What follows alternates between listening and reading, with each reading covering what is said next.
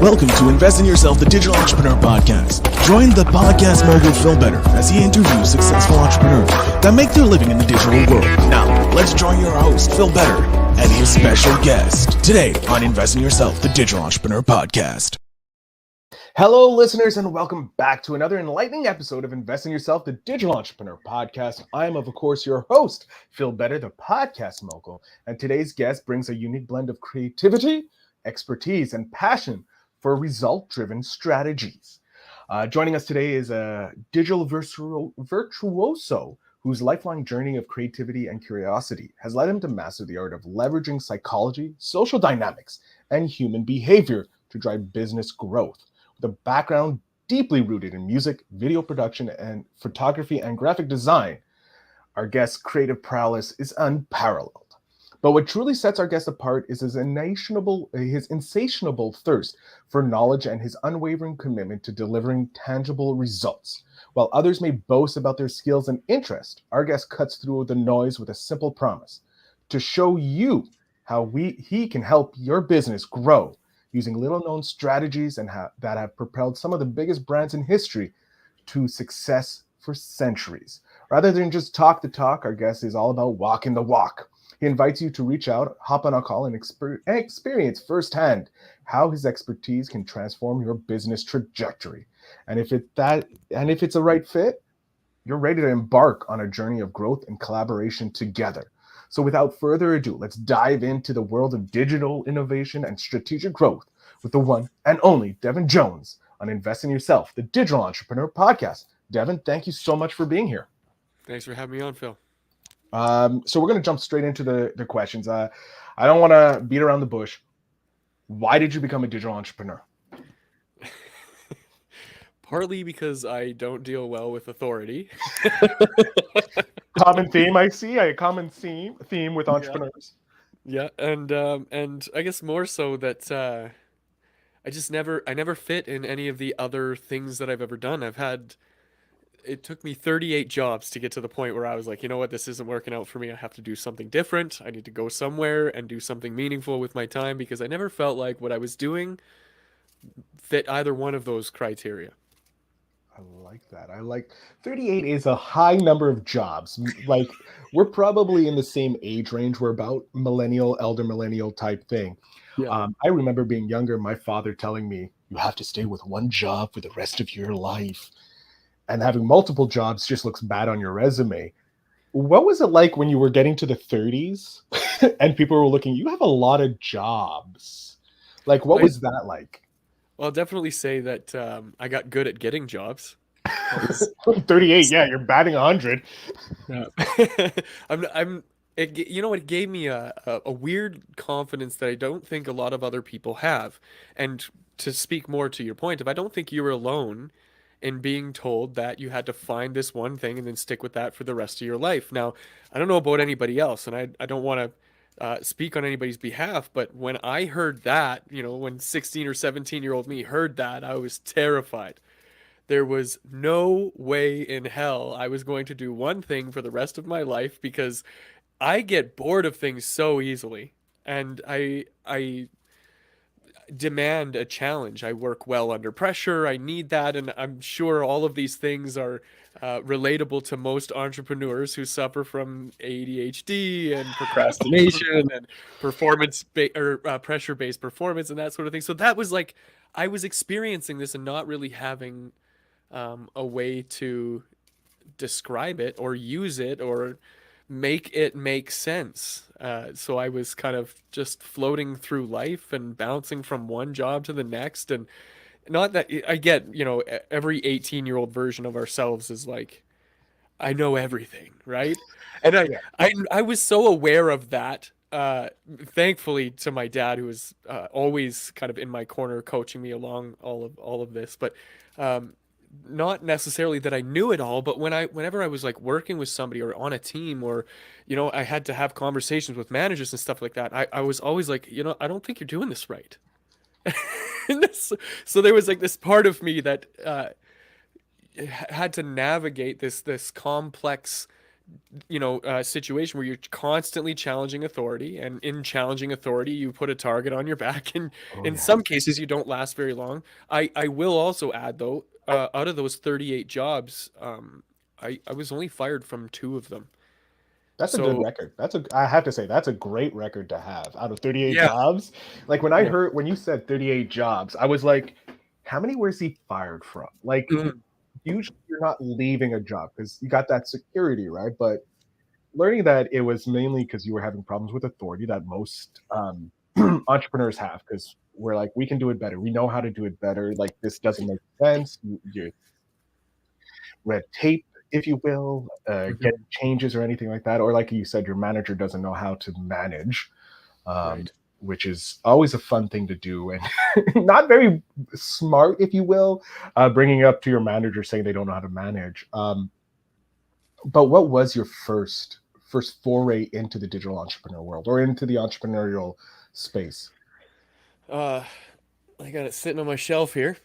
Oh, Good old .com fashioned dot secret, com secrets, Russell Brunson. Uh, the I'm sure legend. a lot of digital entrepreneurs started their journey there. I have the whole trilogy.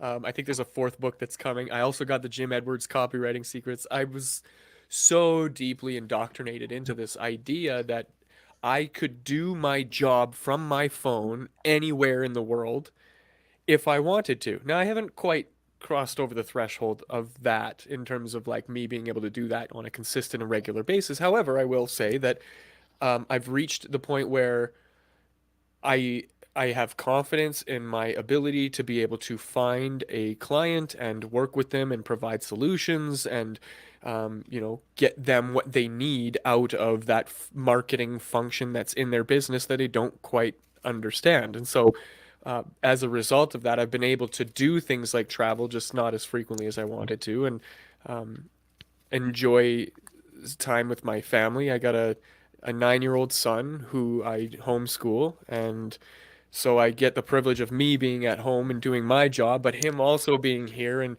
occasionally we can break the rules and go do whatever we want for the day. And I think that was the dream. That was the whole goal. And I being here now, looking back at all the things that I went through, I don't know that I believed it, but that I think is another common theme in entrepreneurialism, is that you have to be delusionally confident that the thing that you want is going to come true.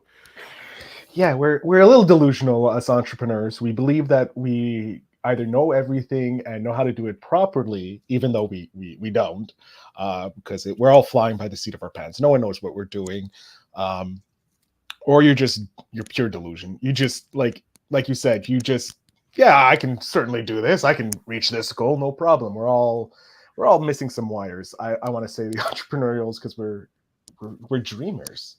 We Right. dream for a better world. That's why we became entrepreneurs because we want to solve those problems that other people are having. Just like you solve the marketing issues that businesses or your clients have. I want to get into when you got like you said you believe in your confidence in finding a client, which is something I know most beginner entrepreneurs deal with when they're first starting their business, either as a freelancer or an agency owner or anywhere in between. How did you build that muscle? How did you build that confidence to be able to know I'm able to get a client whenever I need to get a client? There's a quote that I'm not going to tell you where it came from. I'm sure if you know this quote, you'll know where it came from, but um, you'll never outcompete me because I am willing to, or I am capable of telling myself to do things I don't want to do and doing those things. And I thought that was so powerful. Um, and there's this energy that you tap into when you realize, to your point earlier, we're all just winging it. And whoever's kind of stuck in that, like, 9 to 5 grind, uh, doesn't know that. They think that the people they are working for or the leadership that's around them has it figured out. And the reality is they don't. They are winging it just like you, but they're doing such a good job winging it that it creates this illusion that everything is safe and secure. But I learned when I was like super young. I think I was probably 10 or 11. And my dad was working for this company. He was a computer engineer, fixing computers for a bunch of government contracts, registries, hospitals, that sort of thing. And he worked there for like 20 years or 25 years or something like that. Like he really put in the wrench time. And uh, one day an order from, the top comes down the pipeline, and he loses that position because that company got bought by another company, and they wiped out the entire western division of that company and took it all over to the east. And so you can fail at the things that you think are secure too. You can fail at the things that you don't like doing.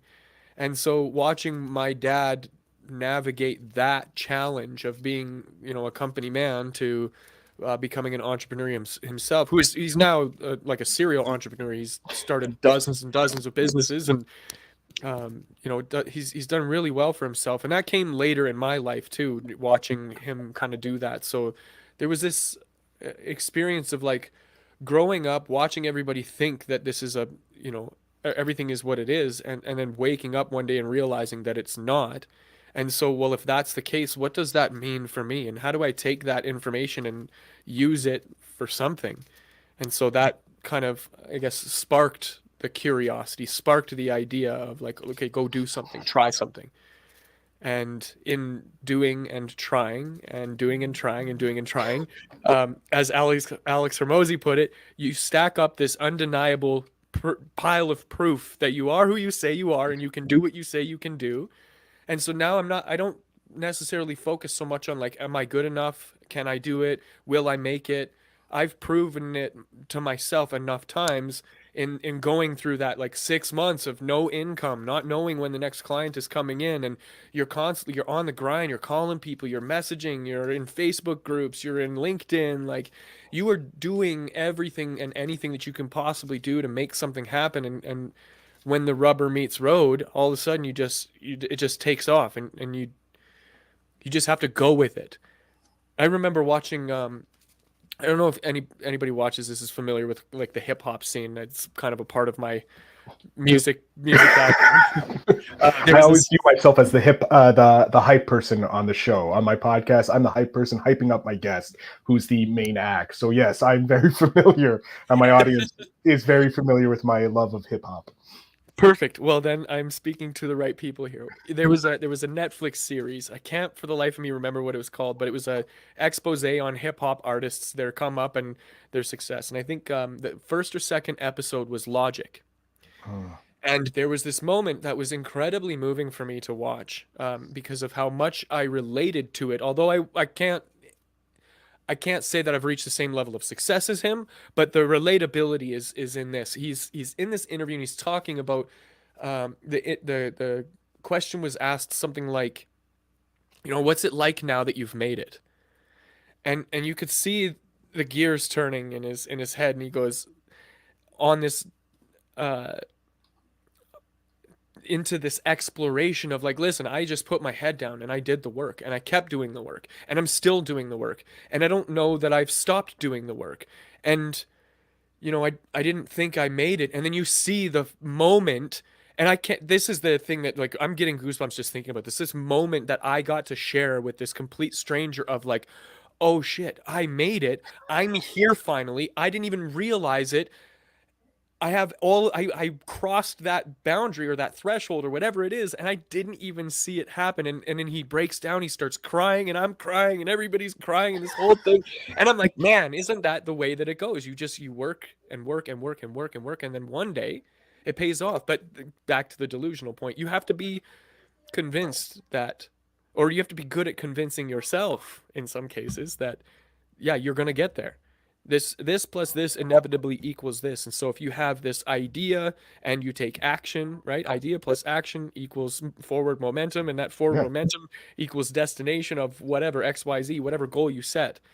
The difficulty, I think, though, in a lot of this and what most people miss, especially in the very beginning stages of like thinking of becoming an entrepreneur, is that you're in control of that. You're the one that sets the bar. And if you set the bar too far away or too high for you to reach, guess what? You can move the bar. Nobody's watching. No one knows where your bar is. The bar can be very low. Like for me on the podcast, right? For coming from a podcaster, not as an entrepreneur, my Yeah. only goal is to make sure I have a good question. Like my guests say, that's a great question, or that's a good question, or I haven't been asked that question. That's the lowest bar I have. If I can get that, I know that this episode is amazing. Yeah. Obviously, every episode I have, because the entrepreneurs that come on share so many vast stories with the questions I ask. So it's obviously a great episode regardless of if I hear that. But for my Mhm. personal, my ego, if you will, because we always have to placate the ego, if I hear that good question, or that's a great question, or an interesting question, like something that's abnormal from just when, yeah, so this is the question, and the person just answers it without any kind of like hurrah or like pause. For me, I'm like, all right, I didn't do so good. Like my bar is still low, but Right. it's like you said, I can lower the bar, upper the bar, or whatever it is. The bar was really high before. It's like every episode has to get 1,000 downloads, or else it's a shit episode. And then I realized I don't have the audience for that right now, so maybe we should lower that bar just slightly, and no one will know, right? So I love that Right. you shared that piece of advice, that we can lower the bar. Like we're the only ones setting our standards, and Right. obviously we want to have somewhat high standards, but we don't have to have those incredible high standards like, oh, I have to be as successful as Alex Hormozy or Russell Brunson or Elon Musk, or any of these billionaires that have grinded harder and longer than we have, or have had somewhat of a simpler path to the success that they have. And I love that you can say we can set the bar down. Like your bar is really low, well, really low, quote unquote, compared to someone else's.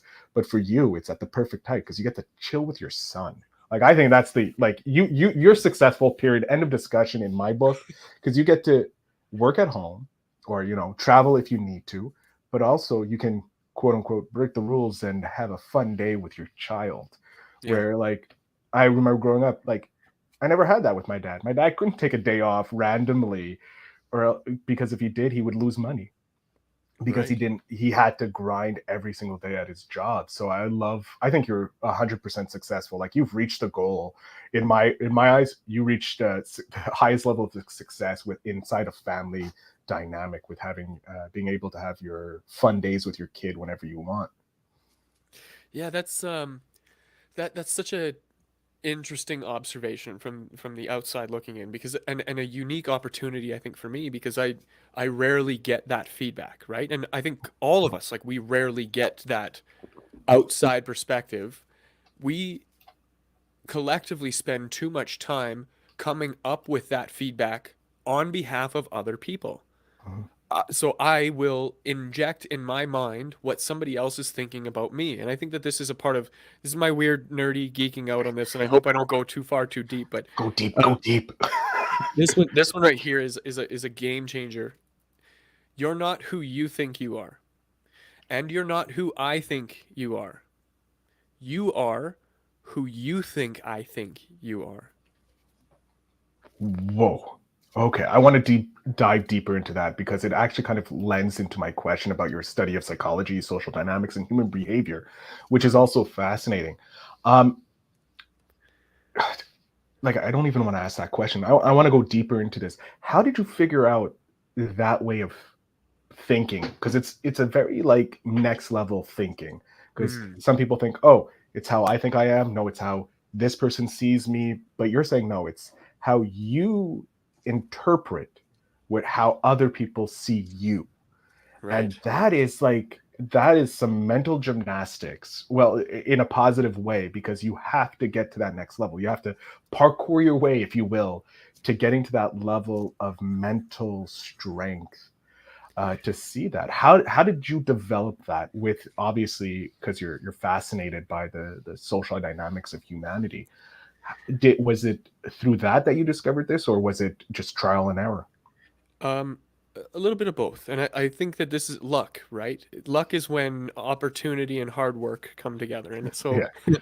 the hard work that I had to do was going through a divorce and like almost losing my kid, and my identity, my entire future just like in overnight gone away out the window. Um, and I That's not a like poor me story. It's a this is a one very challenging experience that human beings have.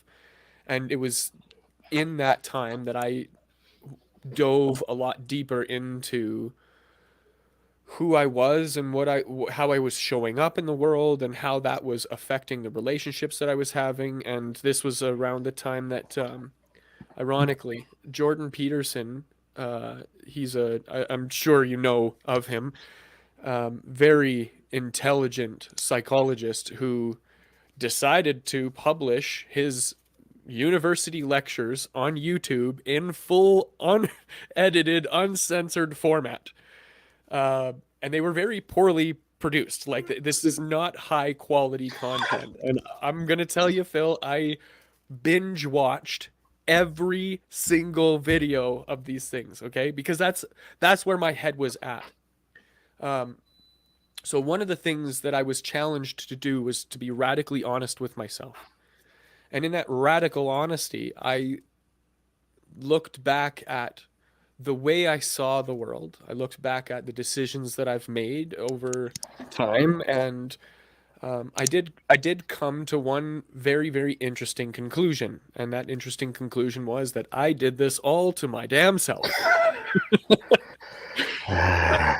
Yeah, and so is in that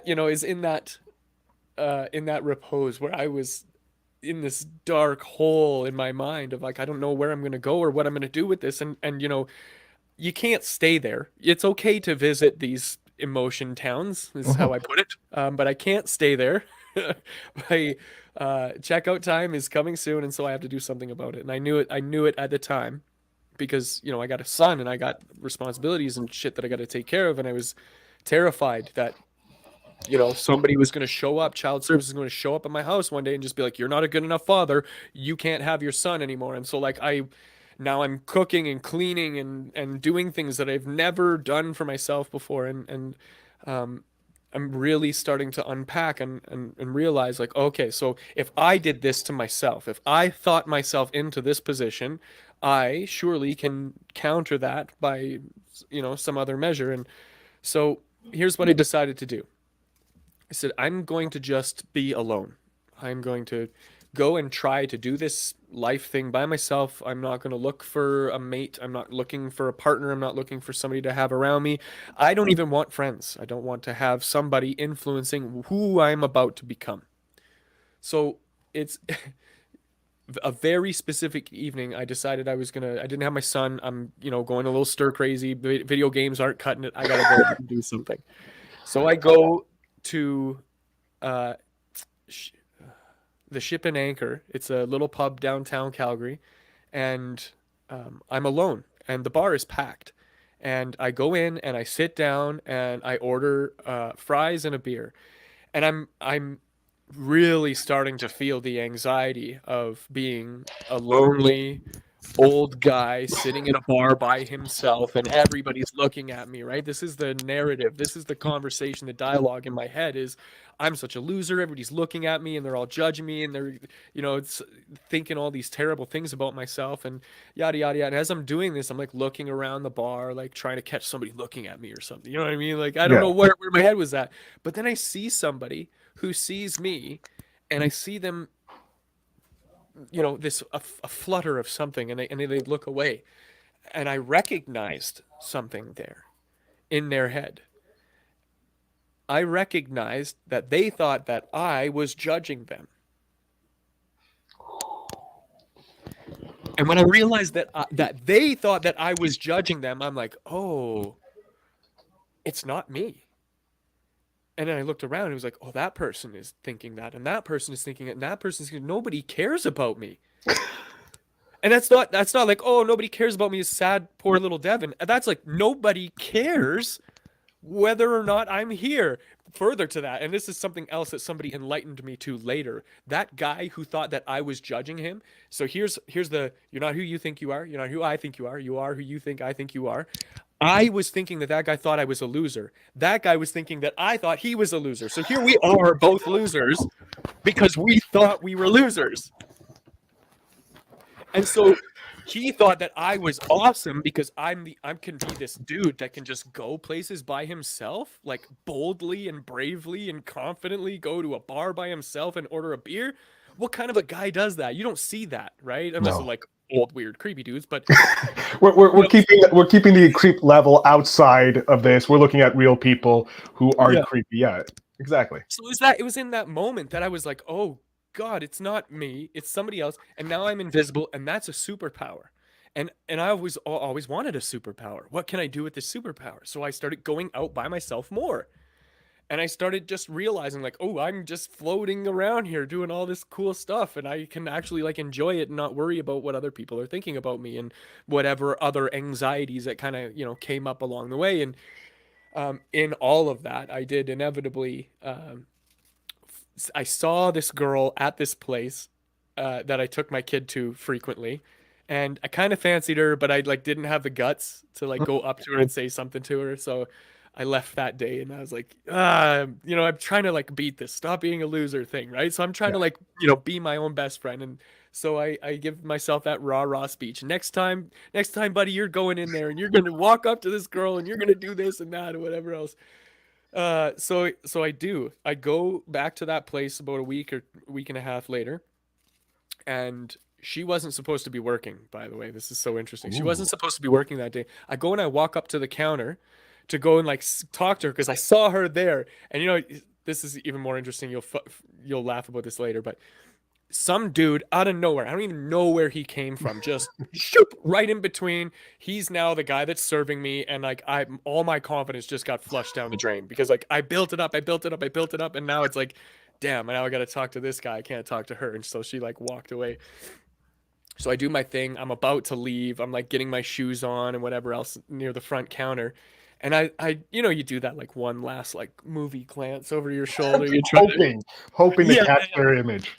Dude, she dropped the handkerchief. I can't tell you how obvious the sign was. She like for no reason whatsoever like scrambles and grabs some paperwork and like walks up to the front counter, like not even to a computer, to an open space, and just like stands there like fiddling with the paperwork. Like and literally like, just yelling. There's a sign that's yelling saying, "Idiot, talk to me, please." Yes, like the horns are going off and the lights and the sirens, and I'm like, oh God, okay, I gotta do it. I can't not. So I walked up to her and I very awkwardly said, hey, listen, I told myself last time that I was going to say something to you. I think I like who you are. You seem like a nice person. Do you want to maybe go for coffee? She froze. Somebody had to like, yeah, go get your card or whatever. So she goes, gets her business card, and like, the rest is history.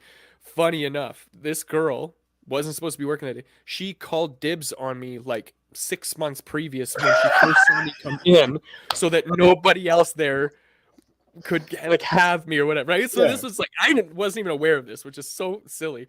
But beyond that, the guy that shooped in and like stuff, he knew, and he was trying to date her, and so he cut me off to stop me from talking to her that day. He later got let go for a different reason, but so it was in those moments of like being alone and trying to like figure out why am I not winning? Like where's the missing part of this? And so yeah, the radical honesty. I'm not who I think I am. I'm thinking on other people's behalf, and what is that my business? I have no business thinking other people's thoughts. Yeah. So if I could just let go of that, I wonder, how much bandwidth in my mind would get freed up, and then what I could do with that. And when I stopped paying attention to myself and how I felt, and I started paying attention to other people and how they felt, that's where the real magic and entrepreneurialism came in, where I was like, oh no, I have confidence that I can find somebody and help that person, because I don't care about myself in this thing. I'm not like focused on whether or not I look good, or I am professional acting enough, or how I sound when I'm talking. None of those things matter to me. I show up as authentically and as truly myself as I can, which has saved me so much energy. I'm not like putting on an act. I'm not like pretending to be somebody I'm not. I don't have to be professional. You know what I mean? Yeah. So I started breaking all of these molds and all these rules, and it was in breaking all of those rules, Phil, that I figured out that we're all just out here winging it, making it up as we go. And It's in that confidence that other people trust. Do you I see what I'm love that. saying? Yeah, no, I fully like having talked with over 500 entrepreneurs at this point in my podcasting career. I fully understand. Like a lot of us, no one knows what they're doing. Everybody's playing make believe, pretty much. Yeah. You need un un your confidence in yourself has to be, like you said, delusional, because everybody else is delusional, believing the success that they have is not owed to them, but they've worked enough for it and they've done the hard work to get to it. So I fully understand where you're coming from. And I kind of want to touch on the psychology because it is a very psychologically heavy. And as someone who reads a book a week, at least, on both psychology and social dynamics, you must have encountered a wealth of new ideas and concepts regularly. How do you stay organized and ensure that you're effectively incorporating these learnings into your work? Like, is there anything that do they just resonate with you and you're like, okay, I like this, I don't like this, and that's how you incorporate it? Or do you just incorporate it all and then things that don't work just fall off of you? Something that helped me in learning very, very early on was learning how to learn. Mm. So figuring out just one, like there's so many, and I'm trying to like bite-size things here. So let's just to be like as concise as possible. The human mind does not work like a filing cabinet. Mhm. And people, we want it to, we desire it to, and we act as if it does. And you think about this in like the traditional education system and why it's fundamentally flawed is that it is like categorically trying to install information into your brain A through Z. And we just don't absorb information and knowledge that way. It needs to in order for us to have any level of interest, it has to connect with something else that we already know to be true, right? Or a belief that we have that isn't true, and we can be challenged on that belief. So there's a series of connections now that naturally occur. So I'll use this as an example. Right now, if I were to get up and walk out of my house, I would step out of the door and I would see the bench that's on my front thing. And I would remember a time that me and my son were like sitting on that bench, talking about the rain. And so that, but none of that has anything to do with where I'm headed next. So now I'm walking up to the car, and then as I approach the car, I remember that, oh, I need gas because I was too lazy last night to go get gas. But it's like a series of triggers, right? And so these little things that we see remind us of other things, and so we form connections in these very, very weird ways. So knowing that that's how the brain works, I decided to opt for this idea of learning through osmosis. And I know people talk about this all the time and say like it's impossible and you got to do this, you got to do that, you got to whatever. But I'll tell you right now, the whole reason like I understand marketing to the degree that I understand it is because I started here and I thought I understood it. And then I tried what I knew and it didn't work. And I saw where it broke. And so I was able to now go find out what I needed to fix the thing that broke. And then I could try again. And so I think about like I watch my son build Legos, Ugh. and it starts with like he'll come. I got it here. He'll come with like one of these, and he called that a rocket. You know what I'm saying? Like this is a rocket, okay. And then he goes and he comes back, and now this is a rocket, and then when he's done with that, he comes back with this, and now this is a rocket. And so you see this pattern emerge of iteration of like you try a thing, it works or it doesn't work. And he tested these rockets for all different kinds of things. You're throwing it at the wall and knocking it down the stairs and whatever else you could think of to test a rocket at 9 years old. Very scientifically, let's throw it at the wall. Does it stay together? It's a rocket. Yeah, right. That's exactly it. So that's how I started learning things. And I realized that like, okay, I'm gonna listen to this book, and like the whole book isn't gonna resonate with me. I'm not gonna get it. I'll tell you right now, the 48 Laws of Power is one of the most challenging reads that I've ever had to endure, because I just give me the law and like how to use it. Yeah. I don't need to know about Queen Elizabeth's third husband's intimate relationships. I don't need to know that. I just need to, what's the law? Let me practice it. Let me see if it works. You know, give me the principles. I need bare, clean knowledge. I'll go out and I'll test and I'll do the thing. So it became a challenge now of like, let me quickly consume what's in here and see if it connects to anything else that I know. And then if it does, excellent. If it doesn't, it's challenging one of my beliefs. And why is it challenging one of my beliefs? And can I reconcile that idea and make it fit inside of the collection of beliefs that I have that I know to be true in the world? So I know it to be true that every time I flick a lighter, a flame appears, right? But sometimes a flame does not appear.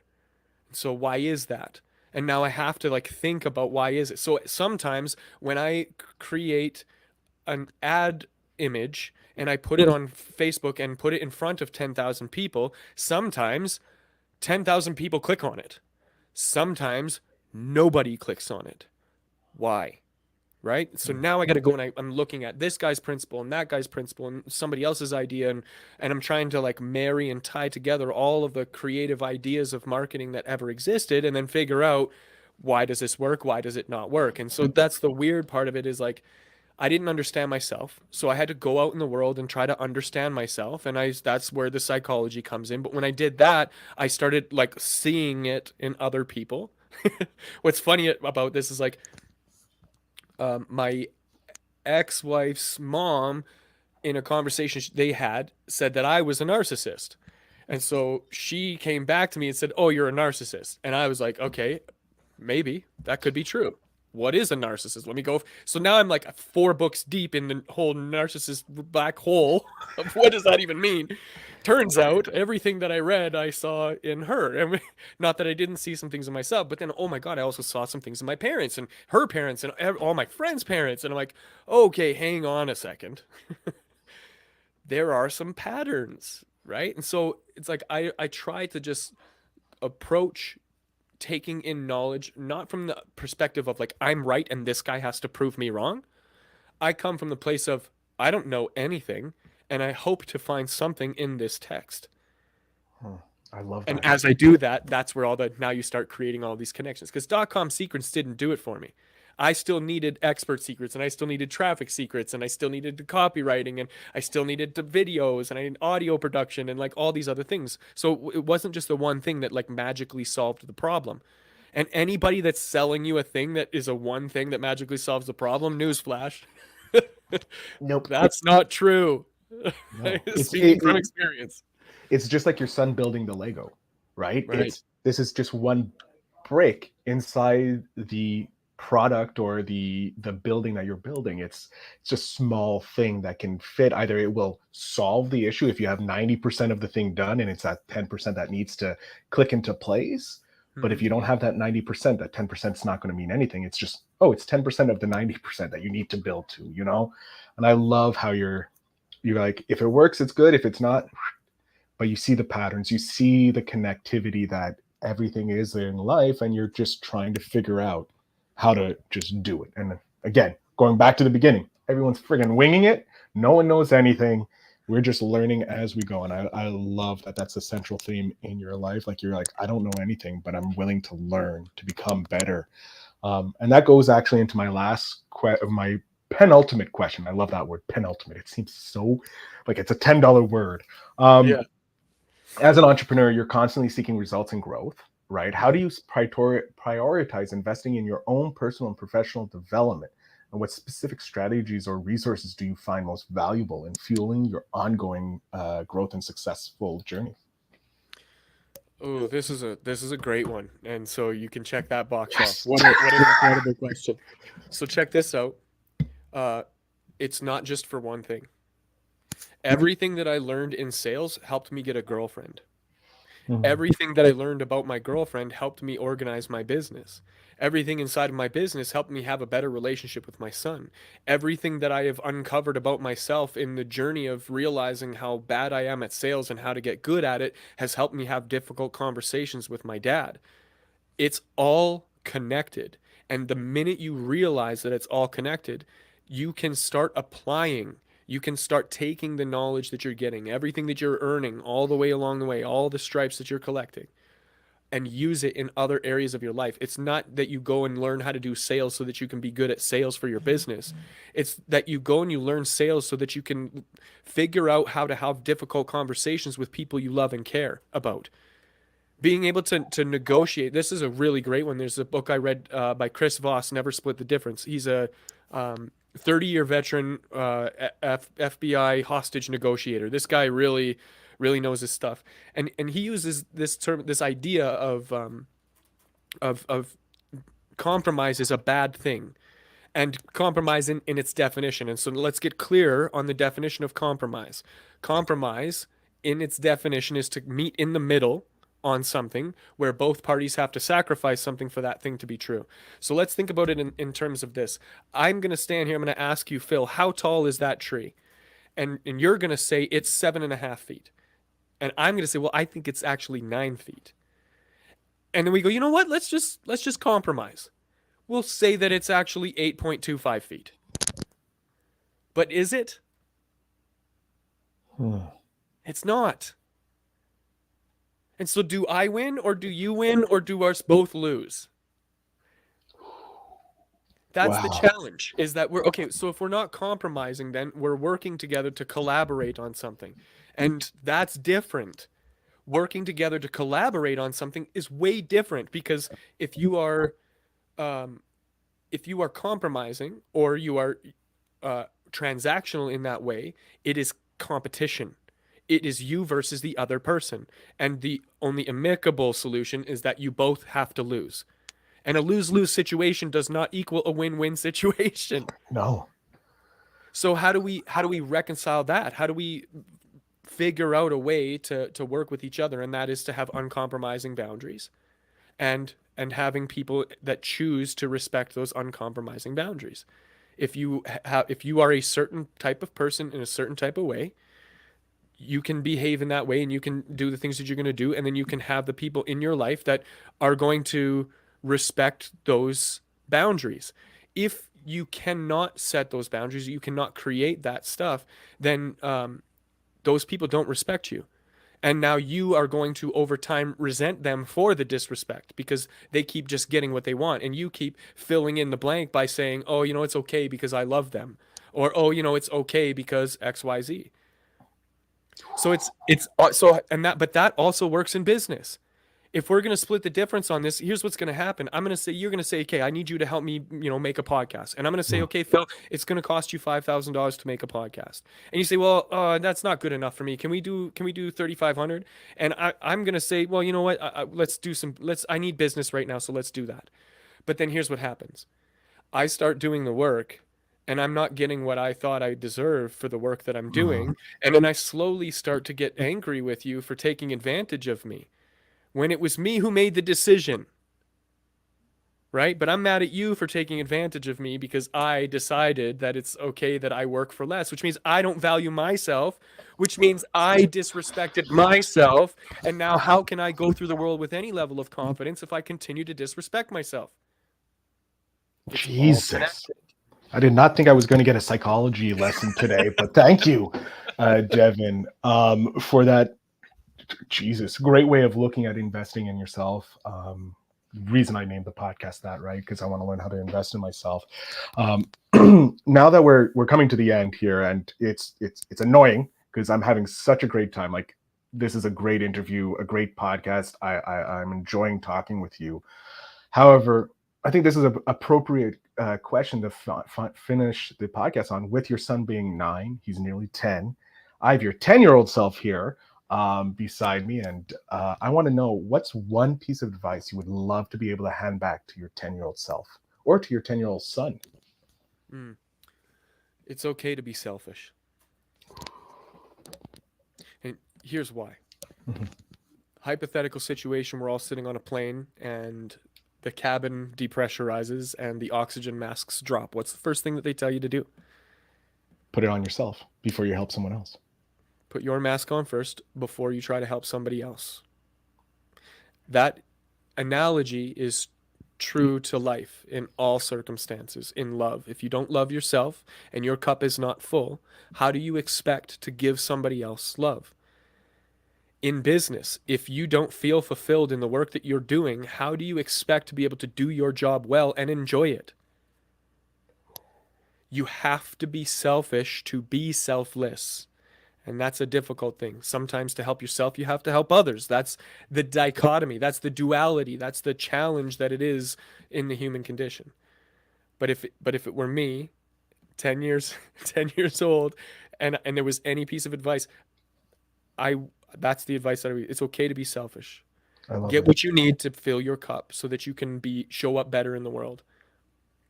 I love that, and you did, and you proved it to yourself, and you proved it with the story about how you were selfish. You're saying, "I'm not going to find a mate. I'm not going to go out. I'm going to focus in on just figuring it out who I am." You were selfish because you were not allowing the world to have access to the amazing person that you are.